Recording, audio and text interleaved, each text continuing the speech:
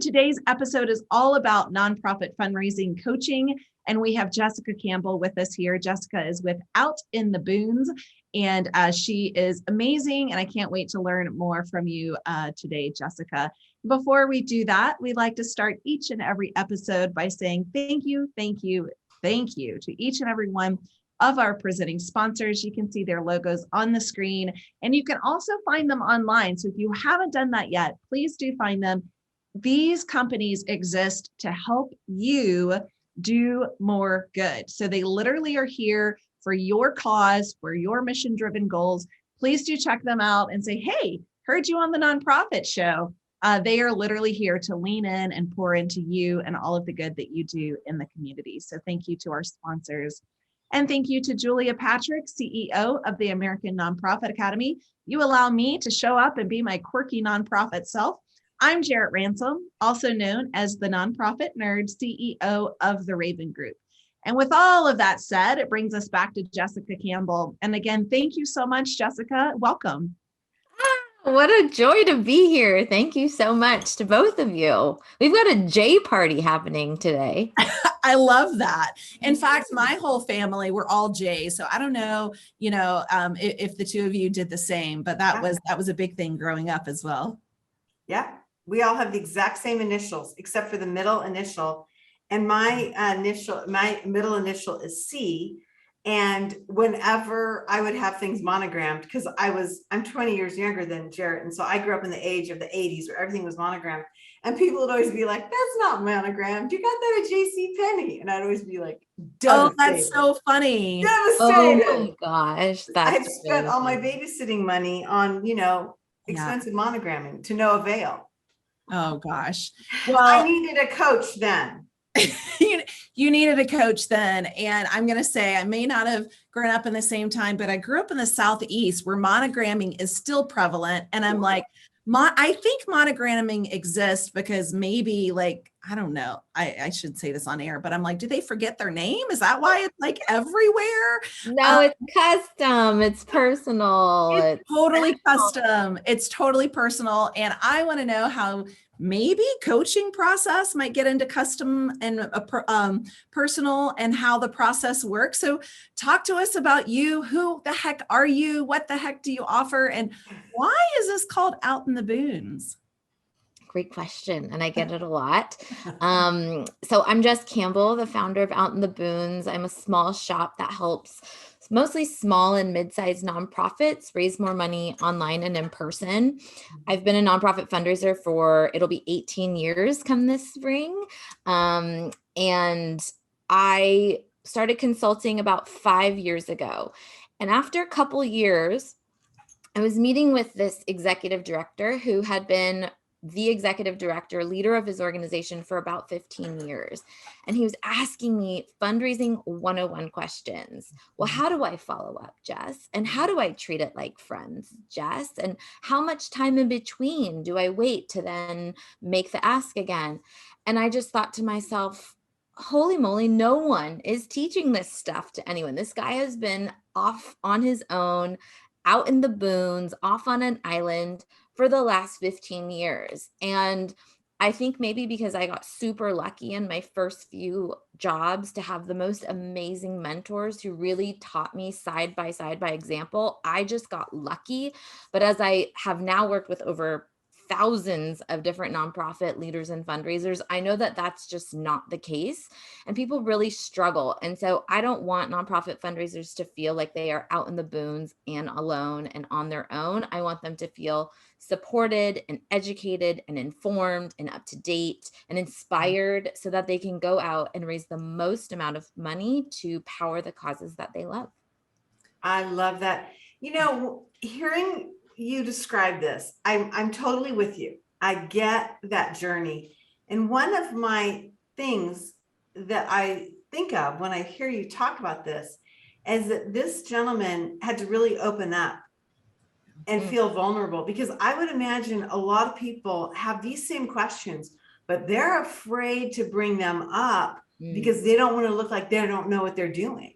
So it makes it even worse because they're not getting that direct information or support, whatever you want to call it, to move forward. I call it paying for the fast pass. The nonprofit sector in so many ways has a real scarcity mindset. And let's be honest, no one gets into nonprofit fundraising, because they want to ask people for money. I have yet to meet someone that grew up saying, I want to be a nonprofit fundraiser someday, right? They do it because I think that's coming. Maybe next. I think it's, people want to find the cure for cancer. They want to rescue all of the stray dogs. They want to empower the next generation through financial wealth building. And to do that, you need money. And unfortunately, so many nonprofit leaders either feel, like I said, this scarcity mindset where they feel like they don't have the permission to invest, to level up. And I say, you can either pay the fast pass and hire someone like me that has 3, 6, 12 times more experience than you, or you can Google yourself to death. And both can get you the results that you're looking for. One is just going to be exponentially faster and likely more successful. Interesting. That is. Go ahead, Jared. Well, no, I was going to say, so I have come in contact with someone that literally said just that, and she said, I am Googling and YouTubing my way through my day. Right. And so that it is so true. Well, we do have a live question, and I'm going to toss this out here because I think it's applicable. But someone wrote in and said that they provide coaching. I'm assuming I provide this, and I'm assuming this is coaching for free and very often. But how do you monetize this? Yeah, it's you need to start putting a price tag on it. I mean, I see all the time coaches, consultants, especially for the nonprofit people saying, I'll do a 20-minute discovery call or this, that, and other. And you can do that. And if you're good and you can share results, and mostly you can show the transformation of what working with you will look like. So you go from step 1 to step 10 after working with someone like me, for example. And again, you can say results, give testimonials. For example, someone that works with me generally 10 times their investment within 90 days. And I have that because I've done that, right? And so it's kind of like when you hear that, you think, oh, I can take a chance and not pay someone like Jess and just go for it and maybe lose money, or I can make a small upfront investment and go for it. I think even a lot of nonprofit coaches, consultants, we come from the nonprofit world. And so we too have a very strong scarcity mindset. Unlike our for-profit sisters and brothers or entrepreneurs, we ourselves are scared to ask sometimes. And that's a lot of mindset work. That's a lot of money mindset work. I believe in getting coaching myself. I have coaches, I have mentors, I pay the fast pass all the time. And you just have to put a price tag, and just, there's a place for free and there's a place to get paid. And you have to make that choice. Well, I appreciate our viewer that asked that question, because it kind of moves me on to our next question. And that is, how do you know when you need a coach? It's not just for somebody that's like right out of school, starting off or changing jobs. I mean, this could be somebody that is what we would call a seasoned professional, right? 100%. I think you're ready for a coach when you're ready for the next level. So if that could be in your earliest stage career, but again, you want to fast pass it to the director of development level, or you want to fast pass it to an executive director level. I especially think that nonprofit founders need to have a coach, because again, you are just guessing if you don't pay someone or invest in someone to mentor you and show you the way. Because I see so many nonprofits literally like eating into their savings to fund their organizations. And it does not have to be like that. I mean, there are success stories near and far, like News Story, which is a nonprofit I very much admire. In 5 years, they have dozens of staff. They're on track to raise $20 million this year. And you know what? They surround themselves by the best and the brightest, and they have paid their fast pass towards success. And because of that, they are literally building hundreds of thousands of homes for people across the world. And so if that's the impact you want to make, it's up to you how fast or how slow you want to go. And I think when you're ready to level up, when you don't know the answers, when you're spending more than 5 minutes on Google, when you're all over Facebook group chats trying to get your answer solved, it's time for a coach so that you can save your time and jump forward. I love this. And I just want you to like preach because it is so important. And I feel like, to have a coach, a career coach, a professional coach, a personal coach, I think needs to be more normalized because we talk often about having a financial coach, a workout coach, a nutritional coach, like, a parenting coach, a coach to learn a new language, like a guide when you travel. Like, this is normal stuff. This is normal stuff. Now, what about Jess? What do you say to people when they're like, I don't know, I feel like if I hire a coach or if I ask my employer to help pay for the coach or even pay fully for the coach, they might see me as not up for the task or prepared for my position. How do you handle that roadblock? I think that you need to go in with clear goals and objectives. So if you are at an organization and let's say you've been tasked with funding your next year's budget, which is increasing between 10 to 20%, which requires you to find 10 to 20 new major gift donors, but you've never asked anyone for more than $1,000 in one sitting, there is a process to find the right donor, to cultivate that donor. There's a specific formula for asking that donor and following up. And yeah, you can try it out. I have blog post after blog post telling you disaster fire flame stories of how I messed up. But I also have success stories of people literally offering me money before I have to ask them because I do all of that part so well because I watched my leaders above me. And so if you need to come to your boss and say, I really want to invest in this course, or I really want to hire this coach, you should have a why.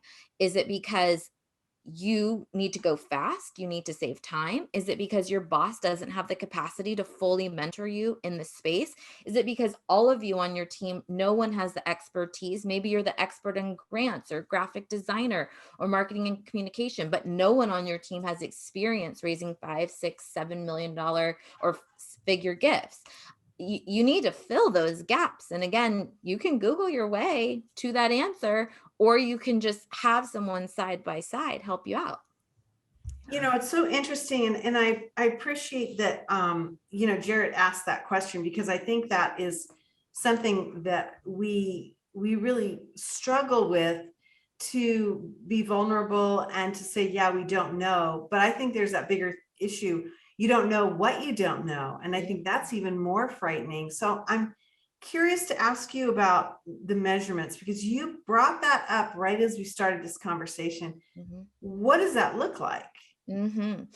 I tell everyone in fundraising, you need a goalpost. You need to know, line in the sand, what worked when you cross that line, and if you didn't make that, and then you reevaluate, right? So going back to the example, let's say you want to, write your first major gift grant with a funder that you don't know, right?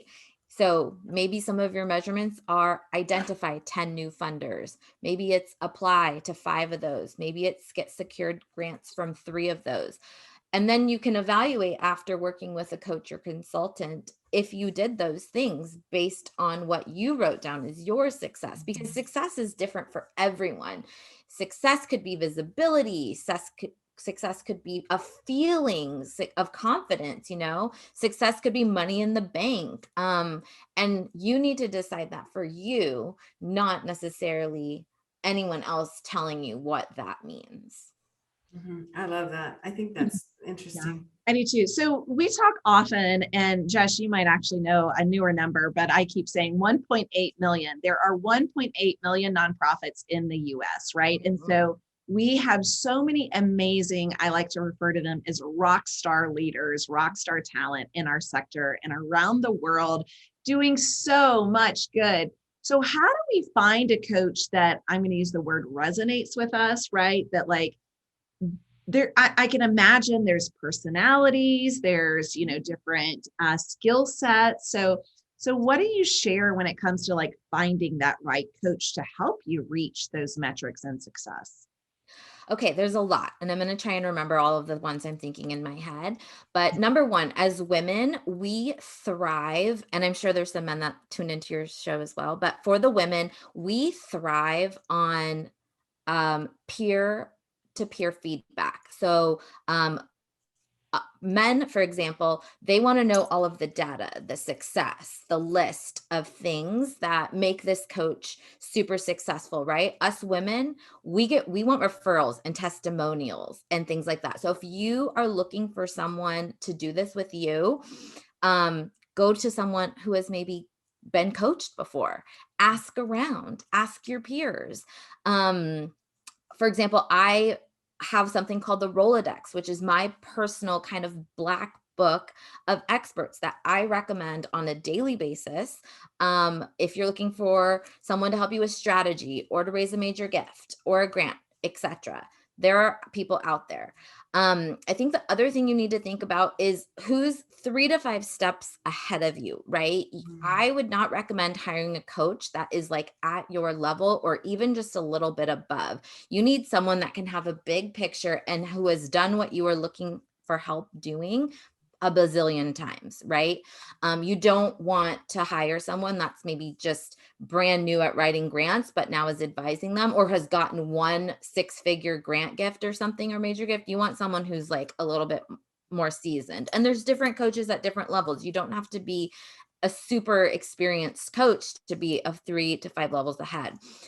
Something that's really important to me is I am committed to investing at least 50% of my personal development budget into people who identify as non-white. So that could be a value of yours as well. It doesn't have to be 50%, but if that's the case, you might need to ask people who identify differently than someone like me for recommendations in their network. There are also amazing, like we're going to, I host a summit as well. I have a network of over 100 nonprofit coaches and experts. They're all over the place. Hashtags on Instagram. I mean, I could go on, but I do think that testing out someone's vibe is important too. So check them out on Instagram or if they're on LinkedIn and see what kind of information they're putting out there. Some people who coach have a very kind of like a health coach style, go get them, like, they're really almost like cheerleader-y. Other people are really educational. Other people like lead with a lot of empathy. And so I think you need to know what works for you. Personally, for me, I'm at a place where I don't need like a lot more community because I have such a community that I've built. I need accountability. So I need someone that's going to be like, Jess, did you do that thing? Did you follow through? Where other people really want like, a family wrapped around them that can help them. And there's one-on-one coaches, there's group program coaches, there's courses. There's something for everyone out there. Yeah. That's very interesting. So I coach and I also work with coaches, right? So like I get coaching myself, and that's what you said. It's really like I'm looking for that fast pass. And I think that there are so many different ways to really find that fulfillment in what you're looking for. So when you mentioned community, I was like, oh yeah, I have that group here. And I'm thinking of one particular coaching program I'm a part of. And then when it comes to like that very direct accountability, I have that coach for that as well. And so I guess what I'm saying is sometimes it's okay to have more than one coach. Oh, 100%. If I'm to count right now, I have 4 different people that I'm working with in various capacities. Some Right. one-on-one, some in a group, some in like a course kind of hybrid situation. So yeah, I mean, again, I am trying to pay my fast pass. I want to be in a very different place professionally in the next even 18 months. And so, yeah, I have 4 right now. I love it. And I love that fast pass love it. analogy. That's perfect. Yeah. I think that's something that everybody can wrap their heads around. And if we ever needed a time to be even discussing this investment, it's now, with all of the changes that have gone on that are continuing to go forward for many reasons, not just the pandemic, but many, many reasons. And so I think it's a great discussion to have. Before we let you go, and our time is really drawing to a close, you have a really interesting program that you are putting on. And if you could share that with us, I think a lot of our viewers would be interested. Yes. So I am the host of what's called the Raise More Together Summit. It's happening August 25th through 27th. The lovely Jarrett will be joining us as a presenter. This will be the 3rd version, and I've welcomed over 1,800 folks in the past. I think we have nearly 500 folks signed up this round with a few more weeks to go. It's totally free. And why I built this was I was searching for an educational experience that was cool and diverse and that focused on the how and not the why. Everyone knows why you need to raise money, but the step-by-step how-to guide of doing that is where people get stuck. And so we have over 25 presenters. We have 9 live panel discussions. We have a pitch clinic. We've got hot seat coaching. And when you get in the group, it's just, I get messages every single day. It's just a different vibe. It's not your regular, no offense to anyone on here, but your regular like AFP kind of conference. We have prizes. We're giving over $2,000 away in cash prizes this round. And it's 3 days where you can come and learn from some of the best and the brightest coaches and consultants in our field. So come along. Yeah, I'm so excited. So the summit is, you said August 25th, 26th, 27th. It's free. So it doesn't hurt you to sign up. You absolutely should. I think my presentation is on the 27th, and I'm also doing a live conversation with you at 8. So that would be 8 Pacific time, 8 a.m. in the morning. But Julia knows I'm an early riser. I mean, I am my own rooster. Like it just happens. Lucky. I know. And then you mentioned the Rolodex, which I'm going to do a shameless plug because I'm listed in the Rolodex as well. And in fact, some of our previous guests, Julia, are also part of this. I'm thinking in particular, Sabrina Walker, Hernandez Walker, maybe, if I'm sorry, Sabrina, if I'm mixing that up. We have Julie Ordonez, as she's on there as well. So there's a couple of really there's several really amazing individuals. And so it doesn't matter where you are in the nation, but the Rolodex is there to be of service to you, as is this summit. So plug to that. And how do we learn, what's the domain that we can get to for the summit information? Yeah. So it's just my website, outintheboons.me/virtual/summit. And it's all there. You can see who's presenting. Everyone's right there. And the more the merrier. It's going to be a really good time. The lineup, you've got like a VIP package. So there's tons of downloads, tons of resources. So many. I mean, like you said, this is really another way to fast pass and fast track your success, your goals, not only for you personally, but for your organization at large, because as Jess said, we all know why. We all need more money. Every mission is critical to financial success. And so, this summit will really be talking about how and giving you some very, very tangible tools and resources and action steps to get there. I love it. Well, here's Jessica's information, outintheboons.me. Navigate yourself to her website and you'll be able to see what's going on, what's coming forward, and even more discussions about the concept of coaching, why it's a great investment, And I would argue, Jared, it's even a good investment if your organization doesn't think it's a good investment. So don't put up that roadblock if you're like, well, but my organization doesn't support that. It's not really a good enough reason to discount it. I work with a lot of individuals that pay for it themselves, right? So beyond the organization, foot in the bill, if you will. And that to me tells me this person is critically engaged and severely invested. And that I love that. And I'm sure, Jess, you see that as well.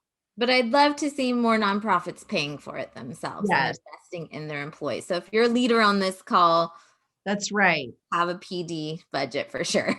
Yeah. And we talk about that, about, well, how do we get this and how much should we, allocate towards a professional development, line item. So I love that you said that and reiterated, because it is so important, especially during this great resignation time, that we feed into our rockstar talent and we help to provide and to engage for their success, which in turn is the success of your organization and your community. Because what's more expensive than investing in your employees is turnover. Yes. So it's a really easy, another fast pass that people can pay. Absolutely. Yeah, I love it. And I think it's really a mind shift in how we have been looking at our challenges and operating our nonprofits, how we're looking at cultivating that next gen leadership. So these are things that are really important to discuss. And I'm going to go ahead and myself and look at your summit. I think that sounds great. And I think that more of us need to be looking at that. And let's face it, we're moving into Q4 so fast that it's just like a head spinner. And then we're on to, this next year. And 4 months away. 2022 is 4 months away. Amazing. It's like, it's stunning. I mean, I know it intellectually, but when I hear it, it's like, woo. But anyway, hey, if we haven't met, I'm Julia Patrick, CEO of the American Nonprofit Academy. Been joined today by the amazing nonprofit nerd herself, Jarrett Ransom, CEO of the Raven Group. We want to make sure that we express our gratitude to all of our presenting sponsors who are here with us day in and day out. We're the nation's only national daily show of this kind. And we are marching up on our 350th episode next week. Tomorrow. Oh, tomorrow. Oh, this is tomorrow. Oh, well, join us. Yeah. Are you on the show tomorrow, Jarrett? I think so. I'll have to check my calendar. I'm teasing you. So just you're 349. What a great, is that called a prequel? Yeah. She's ushering us in. That's right. Thank you so much. Wow. Thank you for having me. Well, it's been a lot of fun, and we really always love having leadership minds on the nonprofit show. It really helps us to get an idea of what's working, what can work better, and how we're navigating this forward, because so much change brings so much excitement and challenge. And so we need our leaders and our thought leaders with us so that we can achieve. And we really, really do. And Jarrett and I think have been so adamant about that from literally day one to day 350, that we get thought leaders on who can help us on this journey, because we all need the help. Simple as that. Hey, Jarrett, this has been great. I can't wait to see how you do at the summit. I'm going to sign up, and I'm going to be in that audience listening and learning. And as we end today, I want to remind everyone to stay well so you can do well. We'll see you back here tomorrow, everyone. Bye. Bye. Thanks, Jess.